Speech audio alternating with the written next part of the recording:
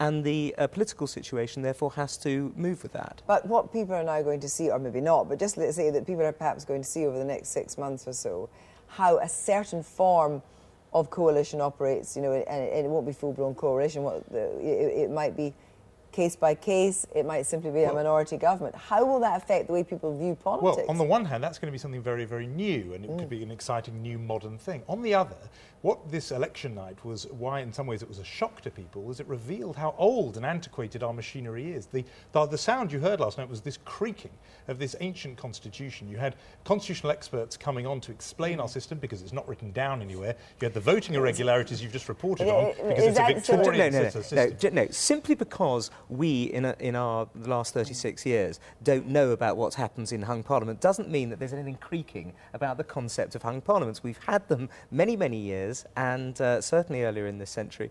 And we have to go back now 100 years, back to 1910, since the Liberals won a general election. But it's the way that actually elections are conducted in the future are going to change as a result of this, because no matter what happens, I mean, you know, our guests talk about the possibility of PR and reform, but it is possible now that we are going to have a fundamental reform for Westminster. No, it's not, because Gordon Brown can't deliver it on such a tiny gap, and neither can the Conservatives, even if they wanted to, which they don't want to. So that is not going to happen. I think probably Andrew's right about the politics of it, isn't it? There are those difficulties. The notion, though, that eventually that's where the trend is heading, I think that's hard to resist, partly because first past the post worked in an era like the 1950s when everyone was basically one red or blue, as Nick Clegg would say. It works in the United States where there's two big parties.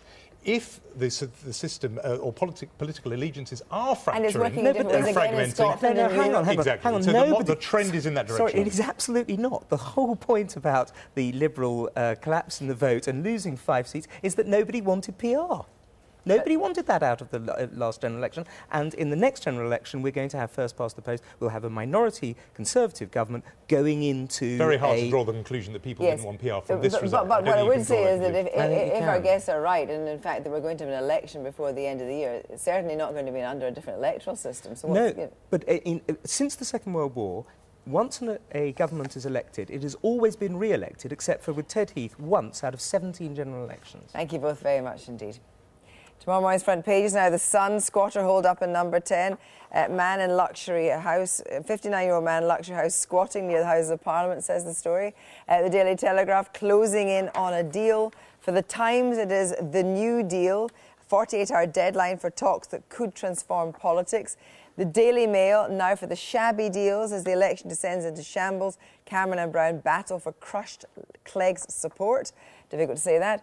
The Guardian, Clegg deal or no deal, and Jonathan Phelan there down at the bottom, forced to play fair maiden while suitors bow before him. And The Independent, one man's moment, his party's destiny, our nation's future.